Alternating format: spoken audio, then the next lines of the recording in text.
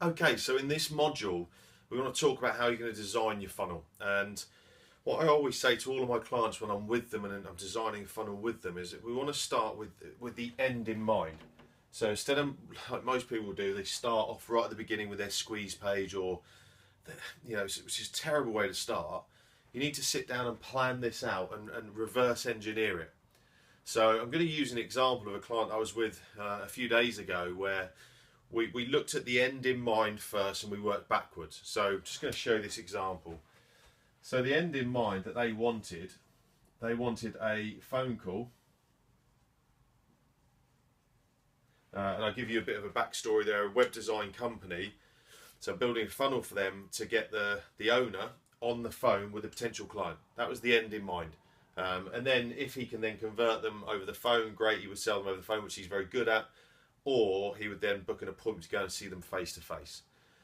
So what I designed with them was the fact that we want to get them on the phone, so it's quite hard, cold calling, you don't want to do that. So the idea of the funnel was to give them something up front that would then mean that they could know, like, and trust the company, so that then when they call, they feel like they're a bit of a trusted person already. Does that make sense? Hopefully it does. So to get the phone call, we spent about an hour and a half deciding on what they could give as value. So what we came up with was that they already had quite a large amount of data. It was cold data, but it was data with business owners who had websites. I believe the data was so that people had websites for over 10 years. So again, it's an old websites. So what we decided was that the email would go out first. So let's start our funnel here. So the first email would go out. And in the email, we would be putting a little video picture. And again, I won't go into too much detail on that on this module, but really key in emails to put a video with a little play button on it. It will increase conversions and click-through rates massively. So this was the email that would go out to the client. Now again, whilst brainstorming this, and it's worth doing before you build your funnel, whilst brainstorming, I sort of said to the client, I said, look, you've bought some data, and I know that you think this is just going to be a simple case of emailing out to people, but as a business owner, I get 5-10 emails a day from web design companies, SEO companies, who are all trying to tell me they can get me on page 1 of Google, or they can increase this or do that. And I don't read them. I scan some, I delete a lot. So we agreed that in order for them to get them opened, we need a really, really strong subject line. So, we spent about 2 hours on the subject line. Sorry, squeeze that in. To make sure that someone is going to open it. And then obviously putting the video picture there meant that they would then click on it to go through to the squeeze page where the video actually sat. I'm hoping you're with me so far. Yeah. And obviously it had a really grippy headline. And so that was where we started. So, sorry, we started over here, but we realised that the email would need to go out. In fact, sorry, let me go back a step. After deciding on the fact that the email needs to be a very grippy headline, we need to have a video in there, a picture of a video, we then sort of brainstormed on what can we give the client. So I came up with the idea of a web assessment. I used to do these quite often, and it's quite easy to pull people's websites apart, especially if they've been around for over 10 years, because websites have changed. Obviously, websites are no longer static. They're now built with funnels included, and so it would be very easy to get on the phone, to get onto someone's website and have a look at it and pull it apart. So the owner decided that she wanted to do a PDF document to give a report on the website. Now, that was great because it's value to a business owner. If I said to you right now, I'm going to do a 30-minute overview of your website once you've completed this course, I'm sure you'd be very chuffed. I'm not going to do that, by the way. So instead of spending a couple of hours creating a PDF document that meant the potential client then has to read through all this information, I came up with the idea of doing a Google Hangout. Now, I've done these before with clients, so all you're doing is setting up a Google Hangout and then doing an overview on their website on the screen, so it's a screen share, but you're talking over the top of it and pointing to certain areas. 20-30 minutes, they could do that, send it to the client, and the client's going to be over the moon.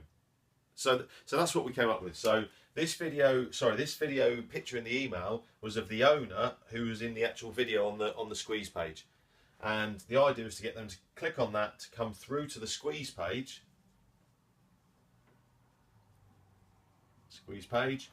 And to watch the video, and at the end of the video, obviously offer this free website assessment. So enter your details down on the left hand side, and we're going to give you a free website assessment. Now again, let me just reiterate, if we hadn't gone through this process and started with the end in mind, at this point 90% of people would have just put name and email on the squeeze page. But because we worked backwards, we knew that, well, we need to get on the phone with them, or the owner of the company does, and we also need their website. Otherwise, how do we do the web assessment? So this strategic 3 hours or 2 hours that we spent planning and drawing out, and in fact, I think this is my actual drawing that we did on the day. It really helps to then establish how we're going to take them through the process. So after the client had completed their information on the page, obviously it went to a very simple thank you page. Another video was here, and again this was an additional tip and tool. I think it was just 2 or 3 tips that the owner. So what's happened now is the owner is on the picture on the email, so the potential client has now seen him once, twice, 3 times, once in a picture and twice in videos. So it's creating an attractive character, and it's creating that like, know and trust with the owner. Because don't forget, eventually the owner is going to be getting on the phone to them, and they're going to feel like they know him at this point. Okay, so the thank you video, I believe we added a few freebie downloads. It was just PDFs and documents that they had about doing certain things on websites. So it's easy for them, it didn't cost them anything, but again it adds huge value to the potential client. So someone who's opted in for this web assessment has now got a few other freebies.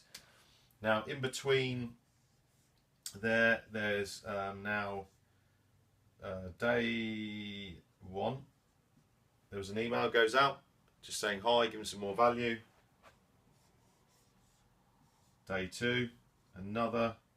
Again, I think one of these had a video and one was just some content, but again it's coming from the owner. So there's more places we're touching this potential client.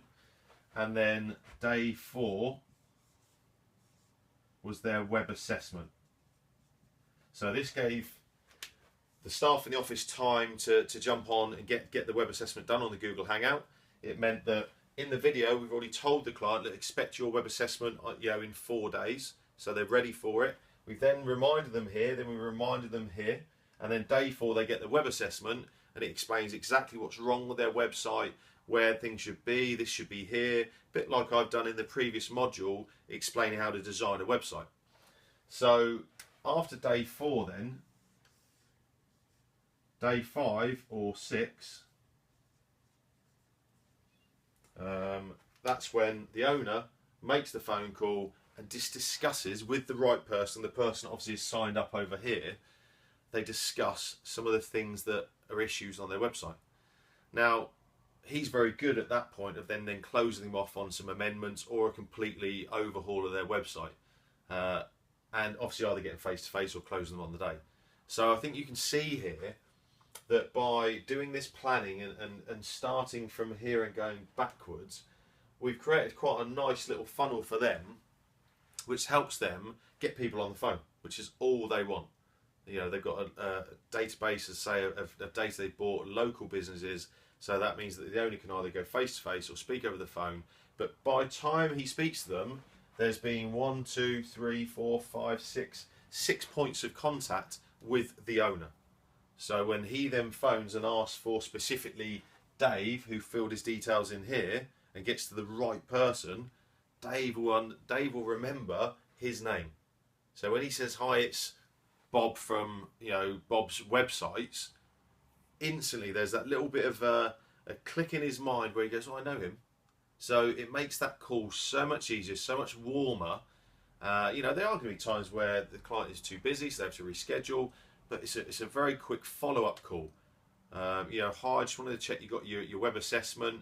Have you had a look at it? And again, he's got a list of questions then we've designed for him to open the client up and pretty much just pull the client apart a little bit, and touch on those pain points. The client knows that actually his current website isn't bringing him in enough money, hence why he's entered his details. He knows it's not, creating a list. So there's so many things now that the owner here can now discuss with that client and give some solutions. Okay. So what I'm going to do, I'm going to jump on the computer as well. I'm going to show you some other funnel steps, funnel sort of types. There are hundreds. I'm going to show you 3 or 4 more on the computer and add that to this module. But my advice, before you design your funnel, is really have a think about what you want it to do for you, your business, whether it's affiliate marketing, whether it's network marketing, whatever you're designing your website for and your funnel. It's really important to do this step first. You don't need a whiteboard. You can just use a sheet of paper or a notepad. But if you can get a couple of other people who are like-minded to discuss and throw it around the room, you'll find quite a few things that you won't on your own. Because I know, as I say, when we delved into this with the owner, she sort of really thought everyone would just open the email. And with discussion, we realised that actually got to be a little bit cleverer. So, moving on to the next module.